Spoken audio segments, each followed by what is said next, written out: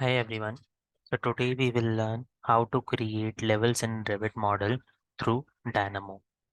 Okay. So for example, if you want to create multiple levels, first of all, we need to type out a node which is levels. And for level, we actually need elevation.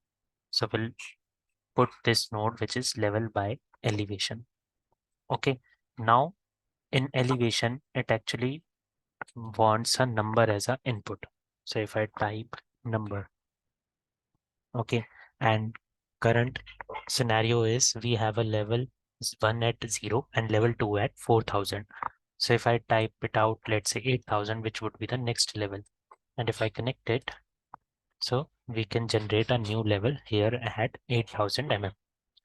Okay, but if I put this up and I want a sequence of levels starting from 8000, and there would be a number of levels which would be generated at 4000 mm height each.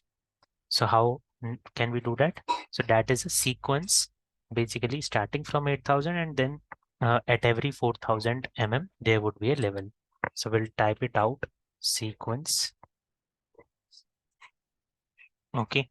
So there would be starting element, then the amount of the difference between the two numbers, and the step would be the amount would be the number of levels, and the step would be the distance between the two levels.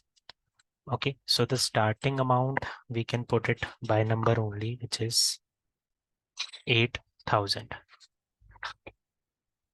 Okay, then if I copy it,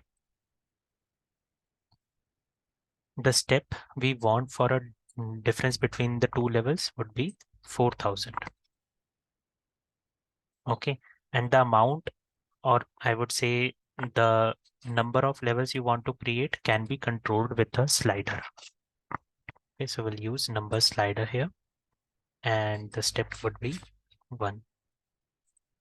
So if I connect this to this one, okay, if I see the list, it is stating only one level. If I make like this, the levels are created at 4000 mm height difference from each other.